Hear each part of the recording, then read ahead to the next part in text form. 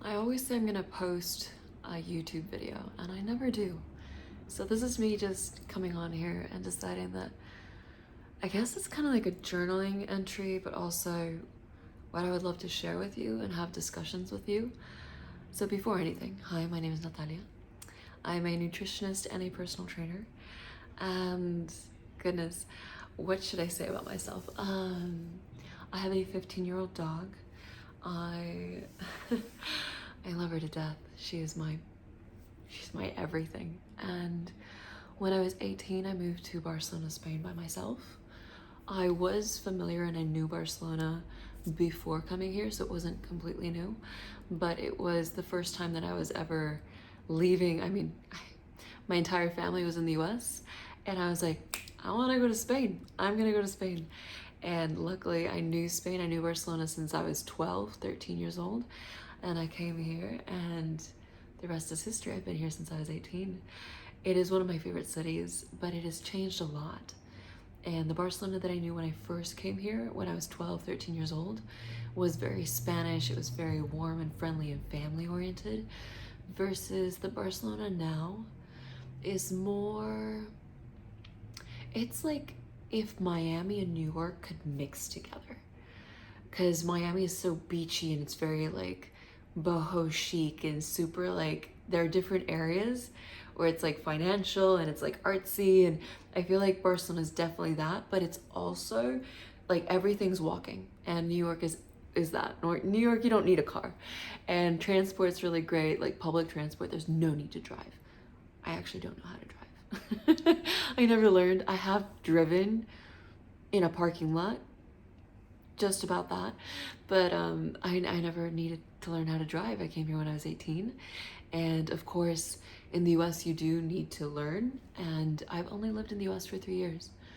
In my entire life, even though I'm American and I have a bit of an accent, I've only lived in the US a total of 3 years, and then I do go back and forth and visit my family, but that's about it. When it comes to, if we're going more towards fitness and nutrition, that's a little bit about me in Barcelona, and how I have a dog, and she's 15 years old. And by the way, she is probably in the best shape. She's in better shape than I am. She can run faster than I can. And I can't wait for someday somebody to record us running. I think I'm gonna do that soon, because obviously I don't want to say that she's always gonna be like that, but let's not get into that. In terms of fitness and nutrition, goodness, there's so many things I want to share with you. But let's start with like the basics of, where do we go? If I could tell my younger self, like the 12 or the 15-year-old version of me, what she should focus on, number one out of everything would be protein. If you do not have any nutritional deficiencies, like you don't have any intolerances, then I strongly suggest you focus on chicken breast, turkey breast, cottage cheese, Greek yogurt, skyr yogurt. Skyr yogurt is actually better than Greek yogurt. And if you wanted quark, that's also a good yogurt to try. And add as many vegetables as you can. Don't focus so much on the things you need to take out, or the things like the bad habits. And I put that into air quotes because it's like, that's such a subjective term. But we all know that we should be eating fruits and vegetables. So I would, especially when you're having like a sweet tooth, go for some bananas and watermelon, strawberries and blueberries, and add those to Greek yogurt with a little bit of honey and chia seeds. Oh, chia seeds are such a good like superfood. Like that would be one of the number one things that I would add to most bowls, most Greek yogurts and things. And then other high protein foods, edamame, good one. And especially if you're vegan, tofu, seitan.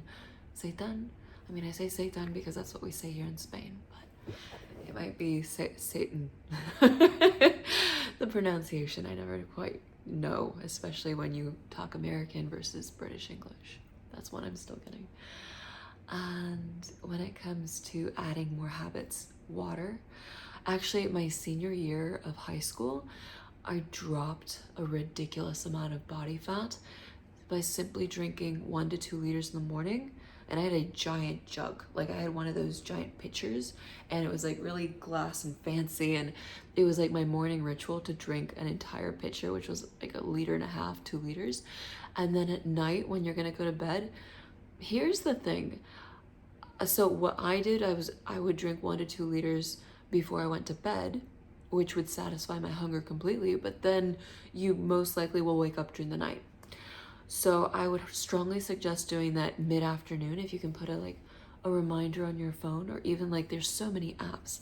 So if you wanted to get an app for that. And going on to adding more habits, most people aim for 10,000 steps. 10,000 steps was a marketing strategy, just like breakfast is the most important meal of the day. Although breakfast, that's a topic we need to get back on.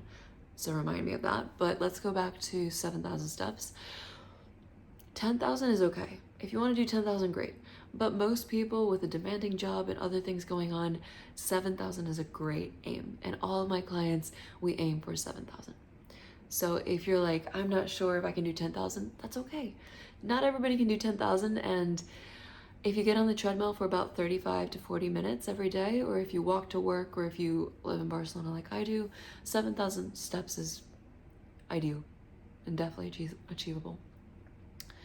Going back to breakfast. Okay, here's where I don't speak German. I've never taken German classes, and I am 100% gonna butcher this. So feel free to make fun of how I pronounce this one word, but your Zeitgeber, I'm gonna put the word down here. This is like the way that your body regulates the internal clock system that you have. So you have what's called a circadian rhythm, and the circadian rhythm is your body's internal clock. And what it does is it tries to optimize everything so that you feel your absolute best and that you can function as optimally as possible. So your body is trying to find little details. Zeitgeber. I'm gonna work on this one. I'm gonna listen to videos. If you have an audio that you want to send me, 100% go ahead and send me this audio. But Zeitgebers are little time indicators. So literally, breakfast is a Zeitgeber. I'm gonna say it like that. Lunch is actually every meal is a Zeitgeber, but breakfast in particular, and dinner as well. So the first and the last meal of your day, or of your day, are key factors in regulating your circadian rhythm. Another factor would be your nightly routine. So if you shower before you go to bed, and they have to be things that your body can like remember, and small things. Even like if you drink milk at night, or what time you go to bed. So obviously what time you literally hit the pillow is going to tell your body, okay, it's time to rest. So if you can have breakfast at 8 o'clock every single day, your body will know to wake you up a little bit earlier to release ghrelin, which is your hunger hormone, and then you eat breakfast at 8 o'clock on the dot, and then your body releases leptin, which is the satiety hormone, to tell you, okay, you don't need any more food, we're satisfied. And you should be including protein in your breakfast. 30 to 45 grams would be ideal. And your body will get used to this rhythm. And what it does is it optimizes. So you will naturally wake up at 8. You will naturally feel hungry for breakfast. Your body will know when to release ghrelin and leptin. So these are your hunger hormones, and these need to be regulated. The more predictable your routine is, the better your body can release your hunger hormones, release melatonin so that you can go to bed, release adrenaline and cortisol so you wake up. And other than that, I think that's it for this episode. If you enjoyed this episode, give it a like and let me know in the comments anything that intrigued you or what you would like to know next in the next episode. I think that'd be kind of fun to just do little diaries like this. Anyways, sending you a huge hug.